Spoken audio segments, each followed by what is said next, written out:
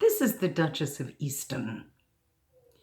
I'm going to spend some time teaching you about writing, how to improve your writing. I'm doing this for several reasons. I'm doing it as a public service.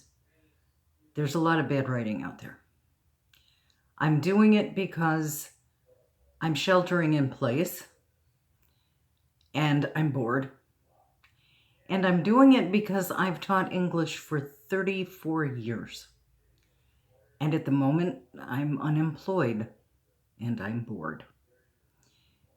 So I figure it's time someone took some interest in writing skills. Now, I'm not talking about texting your friends. I'm not talking about little notes that you leave for some. I'm talking about formal writing. Writing where you're writing to get something.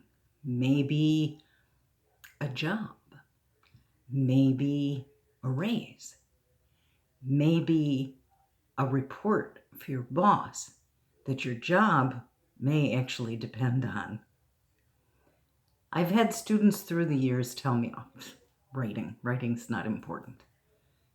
But it is. Or they've told me, oh, I already know how to write. I learned how to write when I was in 3rd grade. No, you didn't. And in fact, chances are very good you didn't learn all that much in high school either. And it's actually also possible that you didn't learn an awful lot in college. Because college professors, a lot of them, don't teach to teach. They teach to show off how much they know, which is fine for them. It gives them a great boost, but it doesn't do anything for their students. My purpose in these videos that I'm going to be making is to actually teach you the basics of good formal writing so that maybe you can get that raise with the good report. Now, I have to introduce myself first. It's what I always do when I start my classes. First of all, I'm not really the Duchess of Easton. I happen to have tiaras, and I love them, and I don't get to wear them very often. But I always brought one to the first class of every semester in order to show that I'm the royalty in my classroom.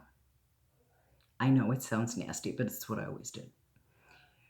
And it also gave me a chance to, wear the tiara, which otherwise I don't get to. They don't let me go in the grocery store. Or if they do, they look at me funny. It doesn't work. Anyway, I wear it on Halloween and I wear it on my birthday. But just the first day of each class of every semester, I show off that I'm the monarch. I also show off my scepter of power, the green pen. You won't have to worry about that because I won't be assigning you any homework, but my students did. And now I can take this off. I get crown hair if I leave it on too much. Not really the Duchess. Not from Easton. I'm sure there is one, but I'm not it. But it's one of the attention-getting devices that I use for my stuff. I also used to have a really cute red rubber nose, but the dog chewed it. Anyway, I teach basics, and I teach with a sense of humor. You may find that occasionally. Now, for those of you who are possibly staying at home with your children and think that this might be a good way for your children to learn how to write, no. I teach college. And because I teach college, I'm able to use a certain language that might not be appropriate for children. And I also occasionally do it on purpose.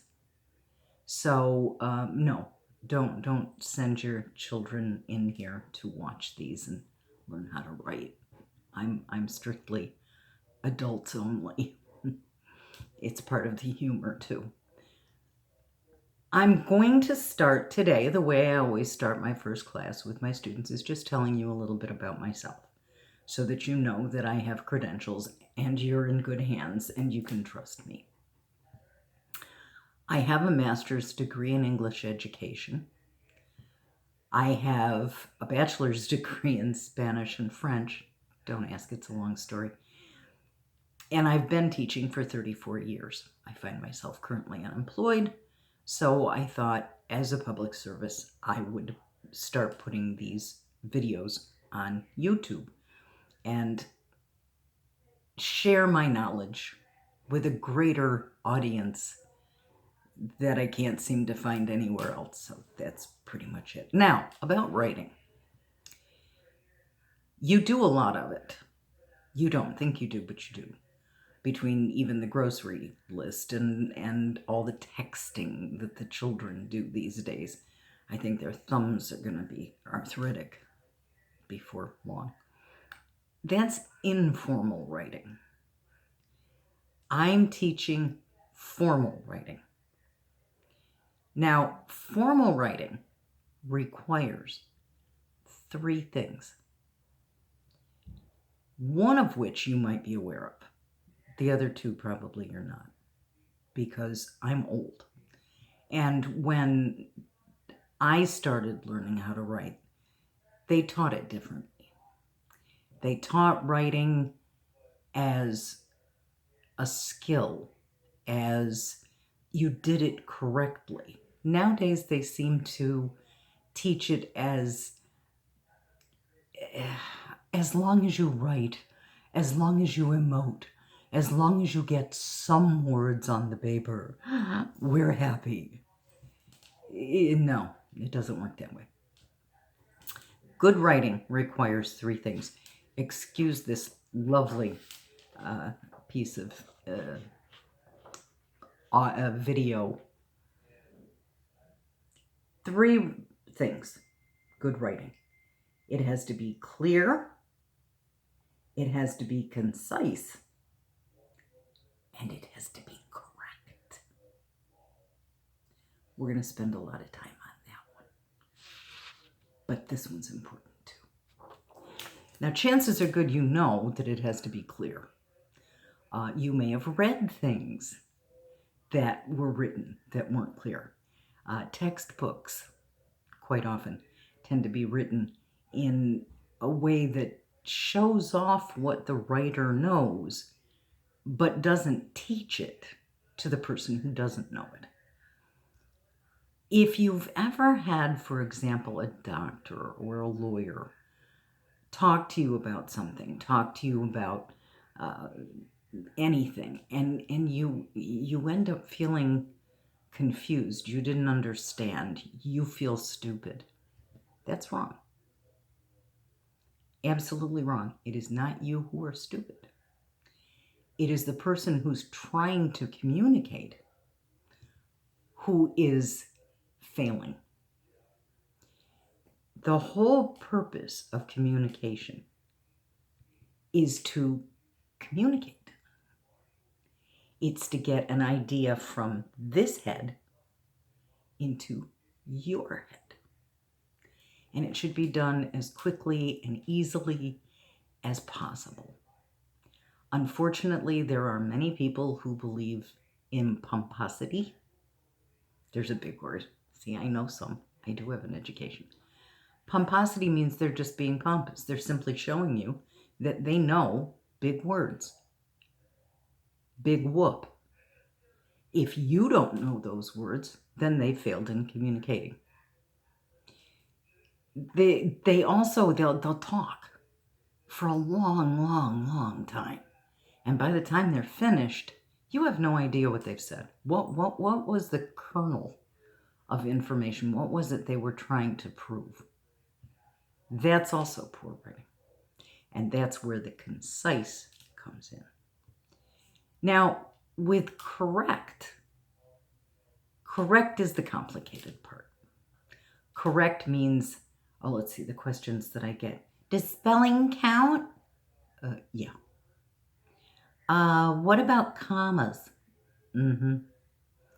What's a semicolon for?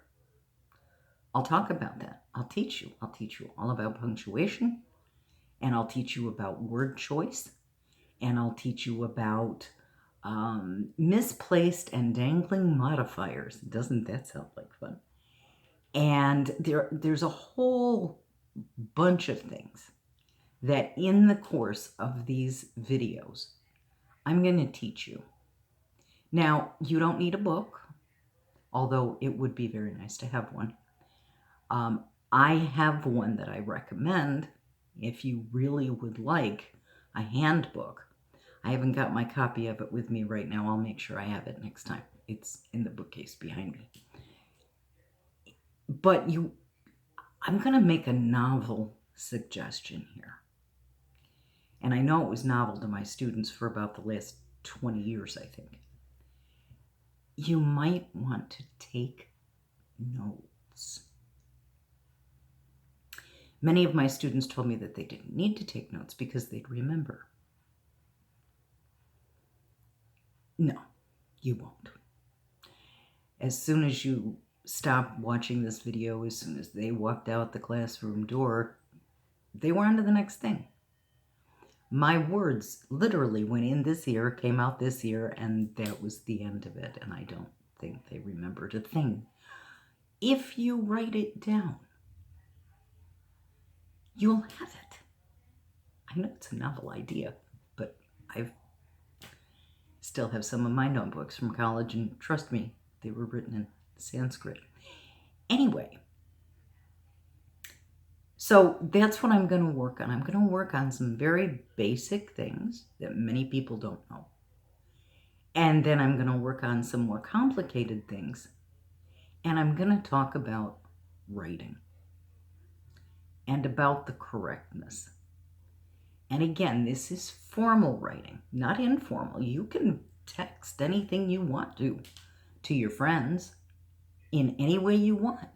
Emojis, they're cute. I have Bitmojis, I love them, but you can't use them in formal writing. If you want to impress your boss, if you want to impress the person you'd like to be your boss in your cover letter,